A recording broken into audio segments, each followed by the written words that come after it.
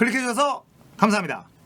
이번에 다룰 이야기는 전쟁을 위해서 자신의 국민들까지 희생시키는 아베입니다. 제가 어제 도쿄올림픽이 일본에게 재앙이 될 수도 있다 이런 영상을 하나 올렸습니다. 거기에 도쿄올림픽의 많은 문제점들에 대해서 짚어봤는데요. 그 중에 재난 복구 능력에 대한 부분을 얘기를 했었죠. 얼마 전 태풍으로 인해서 치바현에 대규모 정전 사태가 발생을 했는데 아직까지도 복구를 못하고 있다. 자, 이런 이야기를 다뤘었어요. 그런데 제가 어제 영상에서도 이런 얘기를 했었거든요. 일본이란 나라는 재난이 패시브로 장착되어 있는 나라다. 그리고 수많은 재난을 잘 극복해온 나라다. 그런데 이번 정전 사태를 해결하지 못하는 것은 아베 정부 때문이다. 이런 얘기를 했었습니다. 오늘 아침 뉴스공장에서 호사카 유지 교수가 이번 사태를 분석하는 내용을 듣고 뒤통수를 세게 맞은 기분이었습니다. 호사카 유지 교수는 오늘 뉴스공장에서 이렇게 분석을 합니다. 대규모 정전 사태를 지자체에 맡겨두고 돼지열병이 확산되는 것도 중앙정부가 나서지 않고 있는 이유는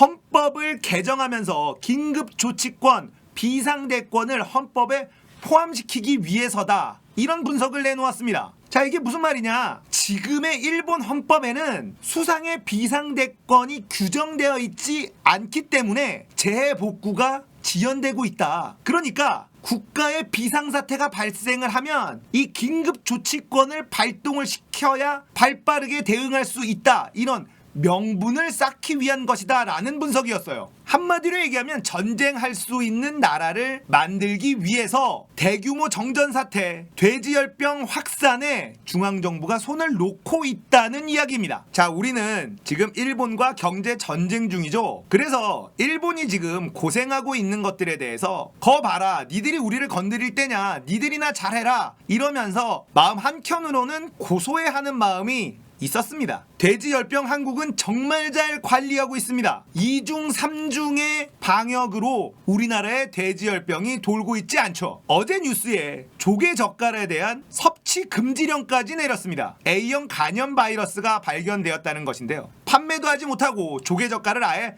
먹지 마라 국민들에게 이렇게 공표를 했죠. 자, 어찌 보면 작은 일에 굉장히 큰 호들갑일 수도 있겠습니다만 국민 건강을 위해서 국가는 당연히 이렇게 과한 결단을 내리는 것이 옳다. 저는 이렇게 생각을 합니다. 전염병에 대한 대책은 이번 정부가 100점 만점에 120점 하고 있다. 이렇게 점수를 줘도 무방할 것 같습니다. 대한민국 정부는 이렇게 최선을 다해서 국민 건강을 위한 노력을 하고 있습니다. 그런데 일본 정부는 이를 키우고 있죠. 그리고 대규모 정전 사태를 지자체에만 맡겨두고 중앙정부는 손을 놓고 있는 상황입니다. 저는 처음에는 아베 정부와 박근혜 정부를 비교하면서 아베 정부의 무능함을 탓했습니다. 그런데 오늘 아침 뉴스공장의 호사카 유지 교수의 분석을 듣고 나니 얘네들은 그냥 무능한 것 플러스 정말 나쁜 놈들이다라는 생각이 들었습니다. 물론 이 이야기는 호사카 유지 교수의 개인적인 생각일 뿐일 수도 있겠습니다만 그 논리가 매우 합리적 추론이라고 생각이 됩니다. 대규모 정전 사태, 돼지 콜레라, 창궐, 이것을 발빠르게 대응하지 못하는 것은 헌법 때문이다. 이렇게 명분을 쌓고 난 뒤 개헌을 하겠다는 의도를 가지고 있다는 것이죠. 그리고 호사카 유지 교수는 그런 추론의 근거로 아베 정권의 개각 단행을 꼽았습니다. 보통 이렇게 나라에 큰 일이 닥쳤을 때는 개각을 뒤로 미루는 것이 일반적이나 아베는 국가의 재난 사태보다 개각 단행을 더 먼저 했다는 것이 호사카 유지 교수가 주장하는 논리의 근거 중 하나입니다. 일본의 이 아베 정권의 이번 개각 한번 다뤄보려고 했는데 재미가 없을 것 같아서 그냥 넘어갔거든요. 개각 내용을 보면 코미디가 따로 없습니다. 그야말로 아베 정권은 국가를 어떻게 더 발전시켜서 국민들을 편하게 해줄 것인가 라는 생각은 없는 사람이다. 이렇게 단언할 수 있습니다. 개각 내용을 들여다보면 한마디로 골 때리는 사람들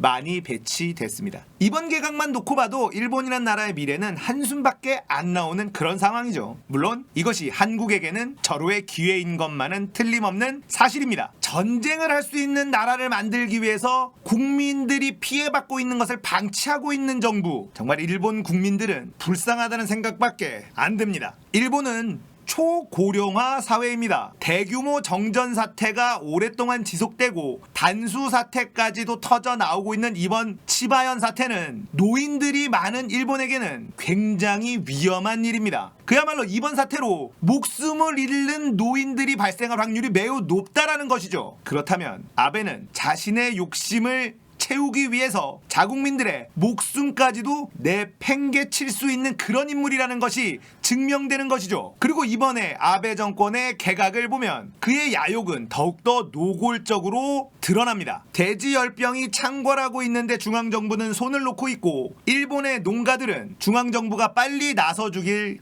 계속 요구하고 있다는 뉴스가 나오고 있습니다. 전국에 대대적으로 백신 접종을 시행해야 된다. 이건 중앙정부가 나설 수밖에 없는 사안이다. 이렇게 요구하고 있지만 아베 정부는 묵묵부답이라고 하네요. 지금 우리가 일본과 경제 전쟁을 벌이고 있고 그동안에 일본이 우리에게 했었던 것들을 찬찬히 들여다보면서 지금의 일본 국민들이 겪고 있는 어려움에 대한 일말의 고소한 감정 있습니다. 하지만 이번 치바현의 대규모 정전 사태를 방치하고 있는 일본 정부는 정말 용서하기가 쉽지 않아 보이는데요. 잘못된 정권을 만나서 만약에 목숨을 잃는 사람이 발생하게 된다면 그것은 비극일 수밖에 없습니다. 그런 장면을 보고도 우리가 고소하다 잘됐다 이렇게 얘기할 수는 없는 노릇일 겁니다. 아베가 내놓는 정책들이 과연 일본 국민들을 위한 것인지, 아베라는 지도자는 일본이란 국가와 일본 국민들을 위하는 정치인이 아니다. 제가 누누이 말씀드렸습니다. 지도자를 잘못 만나면 그 국민들이 불행해진다는 것을 우리는 누구보다 잘 알고 있습니다. 이명박 정부, 박근혜 정부를 경험하면서 우리는 뼈저리게 느끼게 됐죠. 누구를 위한 4대강이었으며 누구를 위한 자원외교였습니까? 누구를 위한 국정농단이었으며 누구를 위한 국정교과서 추진이었습니까? 누구를 위한 언론 장악이었으며 누구를 위한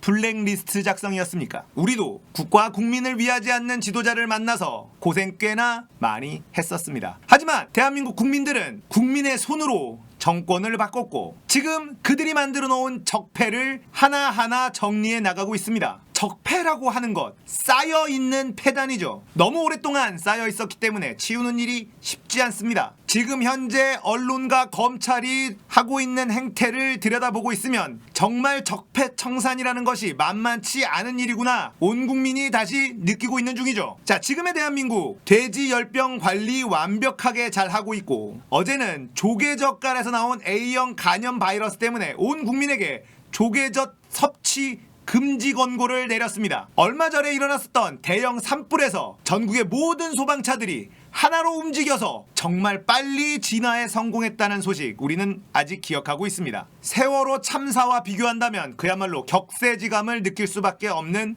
그런 일들이었죠. 자, 우리는 이런 일들이 일어날 때마다 정권이 바뀌어서 달라진 대한민국의 모습을 보면서 안도할 수 있습니다. 이런 상황에서 옆 나라를 쳐다보니 한숨밖에 안 나오죠. 아베 정부는 이명박, 박근혜 정부 그 이상입니다. 아베 개인 비리 스캔들이 터져 나왔을 때 저는 당연히 아베가 내려갈 줄 알았는데 언론이 장악돼 있는 일본은 아베를 끌어내리지 못했습니다. 한국이었으면 무조건 내려와야 되는 그런 초대형 스캔들이었거든요. 자, 이 얘기는 얘기하자면 길어지니까 다음에 따로 다루도록 하겠습니다. 전쟁을 할 수 있는 나라를 만들고 싶은 아베와 그의 일당들, 국가가 망가지고 국민들이 희생당하고 어쩌면 죽을 수도 있는 그런 상황에서도 이놈들은 자신들의 야욕을 위해서 하나씩 일을 진행해 나가고 있습니다. 물론 아베와 그 일당 덕분에 대한민국과 일본의 격차는 많이 좁혀졌고 어쩌면 조만간 역전될지도 모르겠습니다. 물론 아베가 없다 하더라도 대한민국은 일본을 따라잡을 수 있다고 저는 생각했었습니다. 아베 덕분에 시간을 많이 단축시킬 수 있다는 것은 확실한 사실인 것 같습니다. 모든 민주주의에서 국민은 그들의 수준에 맞는 정부를 갖는다. 프랑스 정치학자가 얘기한 유명한 구절이 있죠. 일본 국민들이 선택한 아베 정부입니다. 이번 참의원 선거에서도 아베 정부의 손을 들어줬죠. 지금도 아베의 지지율은 꽤나 높은 편입니다. 그렇기 때문에 일본인들을 불쌍히 할 필요가 없다 이렇게 주장하는 분들도 정말 많이 있습니다. 그런데 이명박 박근혜도 우리 국민이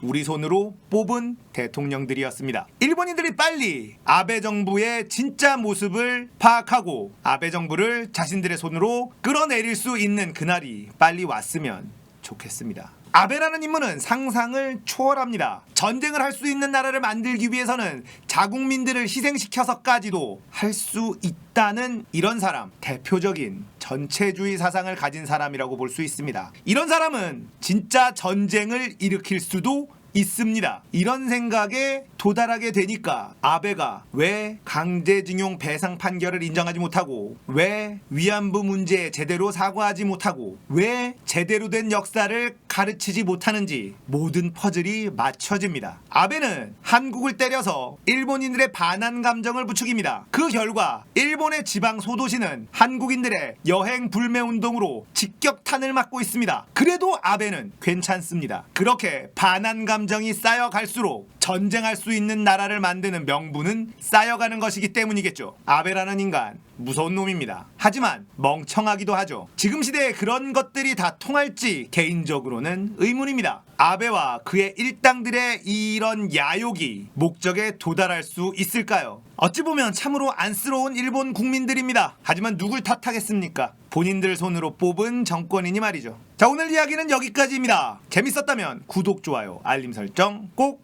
눌러주십시오. 감사합니다.